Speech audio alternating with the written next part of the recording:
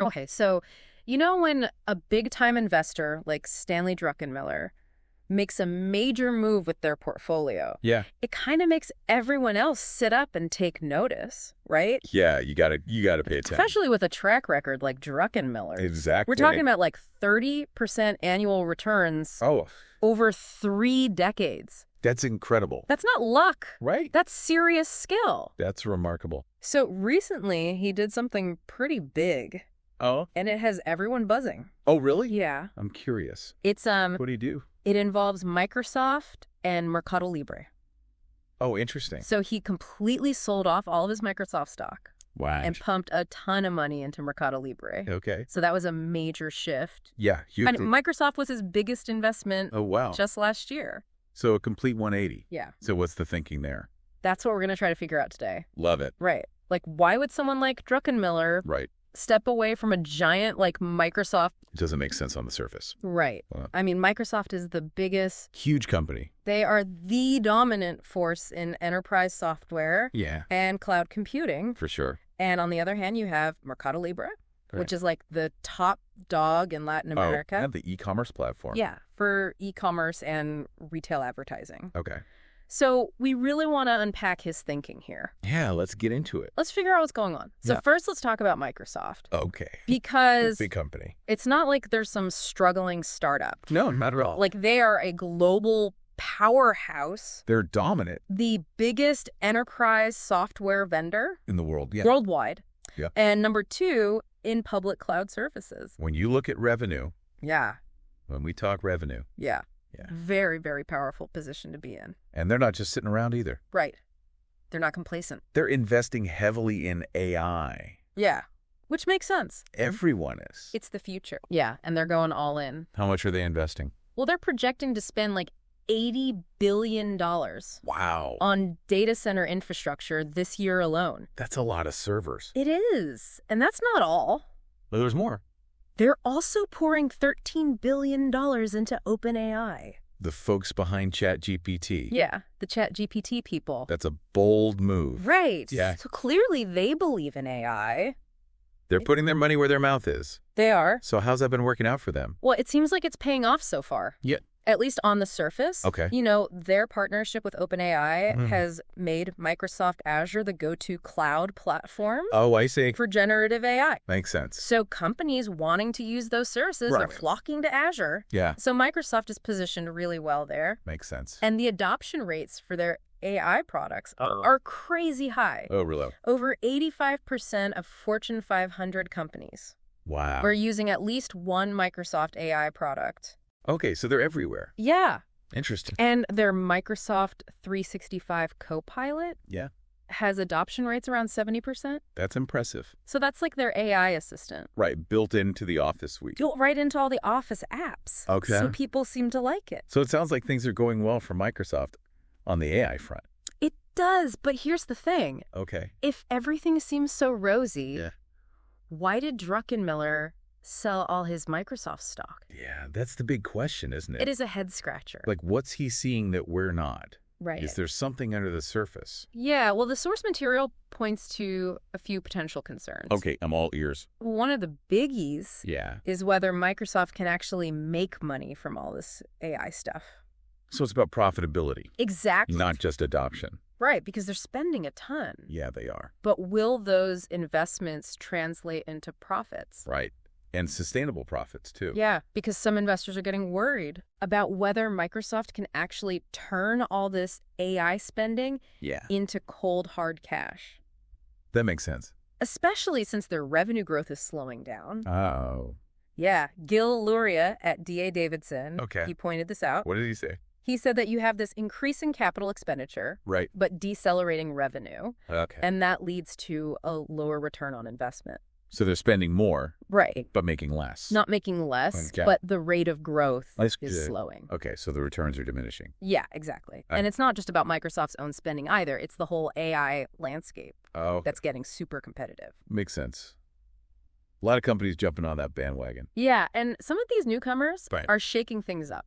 Oh, really? Yeah, like DeepSeek, for example. Okay, I'm not familiar with them. They've figured out how to train large language models, Okay. which is like the heart of AI. Yeah, the core tech. Yeah, but they're doing More efficiently. for way less money than OpenAI. Oh, that's interesting. Yeah, so if others can develop similar AI models, Right. but cheaper, Yeah. that could squeeze OpenAI's profits. Right, and that could impact Microsoft. Exactly, because Microsoft has a big stake in OpenAI. Yeah. So if OpenAI makes less money, So does Microsoft. Microsoft gets a smaller piece of the pie. Yeah. But here's an interesting counterpoint. Okay. The source material also mentions that cheaper AI models Okay. could actually be good for Microsoft. How so? Well, because it could make AI more accessible. Oh, I see. So more businesses and people could use it. Okay. And that would increase the demand Oh, I see, yeah. for AI cloud services. Which is where Microsoft comes in with Azure. Exactly. Right. So it's like a trade-off. Right. Lower profit per unit, but higher volume. Yeah, maybe lower profit margins, Okay. but potentially much higher volume. Interesting. So it's not a simple equation. No, not at all. Now let's talk valuation. Uh, So Microsoft's expected annual earnings growth yeah. through fiscal year 2026 Okay. is projected to be around 13%. Okay. Solid growth. And at the time Druckenmiller sold, Okay. the stock was trading at about 30 times earnings. Okay, so that's the PE ratio, Yeah, that's the price to earnings ratio. meaning investors were paying $30 for every dollar Yeah. of expected earnings. For a company like Microsoft, Yeah. that's not crazy high, No, not really, especially with that growth rate. but it's not cheap either. Right. And the article points out Yeah. that the PE ratio was even higher Okay. when Druckenmiller decided to sell. Oh, so it was even more expensive back then. It was. So Yeah. maybe he felt like the stock had gotten a little ahead of itself. Maybe a little overvalued, Yeah, yeah. given those uncertainties around the AI investments. Right, and maybe he wasn't totally convinced that Yeah. those AI investments would pay off. As much as the market was expecting. Yeah. That makes sense.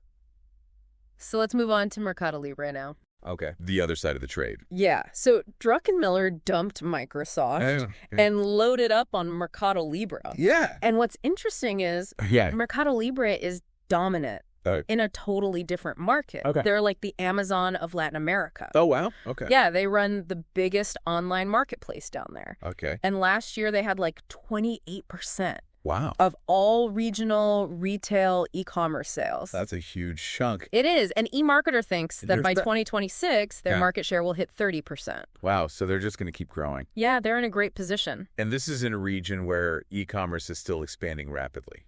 Exactly. Wow. And their growth is driven by something called What's that? the network effect. Okay, I've heard that term before. but- Yeah, it's basically, it means the more people use the platform, the Yeah. more valuable it becomes. Oh, right. Yeah, yeah. So in MercadoLibre's case, Yeah. the more merchants they have, Yeah. the more attractive it is to shoppers. Right, because more choice. So more selection, better prices. Yeah, yeah. And the more shoppers they have, Yeah. the more merchants want to join. Right, because that's where the customers are. Exactly. Okay, I got it. So it's a virtuous cycle. Yeah.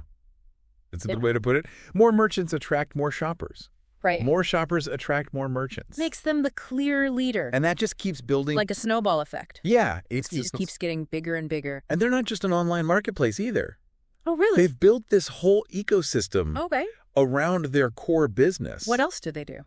Well, they do payments. Oh, okay. They do fulfillment. So like shipping and logistics? Yeah. They have the fastest and most extensive logistics network Okay. in all of Latin America. That's huge in a place with challenging infrastructure. It is. And they do advertising, too. Oh, wow. So they're hitting all the key areas? They are. They're the biggest retail advertiser. Yeah, they're reaching in Latin America. Wow. So they're really leveraging their platform and data Yeah, that's... to build this whole comprehensive offering. So they're not just a marketplace. They're like a one-stop shop. Yeah, they're like a one-stop shop for e-commerce in Latin America. That's impressive. And we can't forget about their fintech business. Oh, right. They're big in that, too. Yeah, that's a big part of their story. Where do they stand in that market? They're the biggest fintech platform in Argentina, Okay. Chile, Uh-huh. and Mexico, Wow.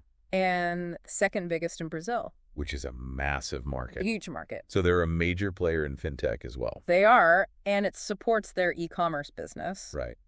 Seamless payments. But it also gives them a foothold Okay. in the broader digital payments market. So they're tapping into that growth as well. They are. Yeah. So they're firing on all cylinders. Sounds like it. Now let's look at their recent financials. Okay.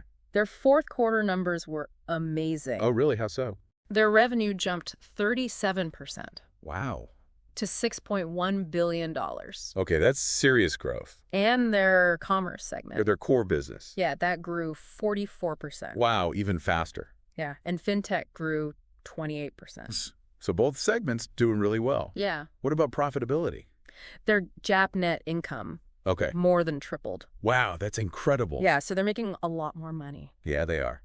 So those numbers really back up the story. Yeah, the numbers speak for themselves. They do. So what about the future? Well, the outlook for MercadoLibre is extremely bright Okay, why is that? because e-commerce penetration in Latin America Okay. is still pretty low Compared to what? compared to the U.S. Oh, okay, yeah, we're pretty much maxed out here. Yeah, it's close to 30% in the U.S., Okay. but in Latin America, it's only around 15%. Oh, wow. So a lot of room to grow. Huge room to grow. That makes sense. So as more people in Latin America Right. come online and start shopping online, Yeah. MercadoLibre is poised to benefit. They're in the perfect position. They are, and digital payments are also growing rapidly, Okay. which is great for their fintech business. Right, synergy. Yeah. And retail advertising spending in Latin America Okay. is expected to more than triple Wow. by 2028. So they're going to benefit from that, too. Yeah, with their advertising business. So they've got multiple growth drivers. They do. It's a pretty compelling story. Yeah. It is. What about the valuation, though? Well, analysts are expecting Okay. MercadoLibre's earnings to grow Yeah. at like 32% annually Wow, that's incredible. through 2026. That's some serious growth. It is, and their current valuation Okay. is around 54 times earnings. That's a pretty high multiple. It is, but with that kind of growth rate, it's Oh, understandable. Yeah, the market's pricing in that growth. And they have a good track record Above. of beating earnings estimates. Oh, so they consistently outperform expectations. They do by an average of 6% over the past 6 quarters. Okay, so they're not just hitting their targets. No, they're exceeding them. Okay, that's good. And the stock has gone up Has it? 334% Wow. over the past 5 years. So investors have been rewarded handsomely. They have, so there's a lot of confidence It seems like in it. their long-term growth. Okay. So let's take a step back now Okay. and try to connect the dots. The risks associated with AI were Yeah. too high. At least for him, Yeah, at least at that time. given Microsoft's valuation Right. and the competitive landscape. Yeah, and he saw more certainty Well, in MercadoLibre's growth. so a bird in the hand is worth two in the bush kind of thing. Yeah, maybe a little bit of that. Okay.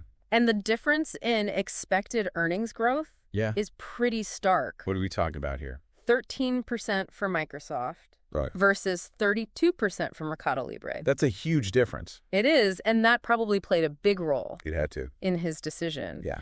Now remember, Right. this is just one investor's perspective. You have one very successful investor Yeah, but still just one perspective. at a specific moment in time. Right, this was back in the fourth quarter. Right. So things could have changed since then. Who knows what he's holding now? Who knows, right? Right. But it's still a fascinating case study. It is because it highlights those contrasting investment philosophies. So you have the bet on cutting-edge AI, Yeah. which could be revolutionary, Yeah, if it works out. but it's a big if. It is. It's very uncertain. And then you have the bet on established dominance, Yeah, in a growing market. like MercadoLibre in Latin America. Yeah, so for you, the listener, Right. what's more important to you? Yeah. That potential for massive returns, Right. but with high risk, Yeah. High uncertainty. or the more predictable growth Okay. of an established player. But maybe less upside. Yeah, maybe lower potential returns, Right. but less risk. So which path do you choose? It's a question every investor has to answer. Yeah, there's no right or wrong answer. It depends on your own goals, Your risk tolerance, your time horizon. all sorts of factors. Yeah. So let's recap our deep dive here. Okay. Druckenmiller sold Microsoft, Right. probably because he was worried about, The AI investments. yeah, how profitable they would be. And Right. maybe he felt the stock was overvalued. Okay. And he bought more MercadoLibre because he likes their strong position Okay. in the Latin American e-commerce market Okay. and their growth potential. Lots of room to run. Exactly. Yeah. So he's basically betting on Betting on. the continued growth of e-commerce in Latin America Okay. and the ability of MercadoLibre Yeah. to capitalize on that growth. To remain the dominant player. Yeah. So it's a bet on a region Okay. and a company. So what does this all tell us about the state of tech investing? That's a great question. Like, is this a sign of things to come? Yeah, is this a broader trend? Are investors shifting away from those big tech companies We're looking for opportunities elsewhere. in emerging markets? Yeah, maybe places where the growth is more predictable. More tangible. Yeah, so it's something to think about. It definitely is food for thought. It is. What do you think?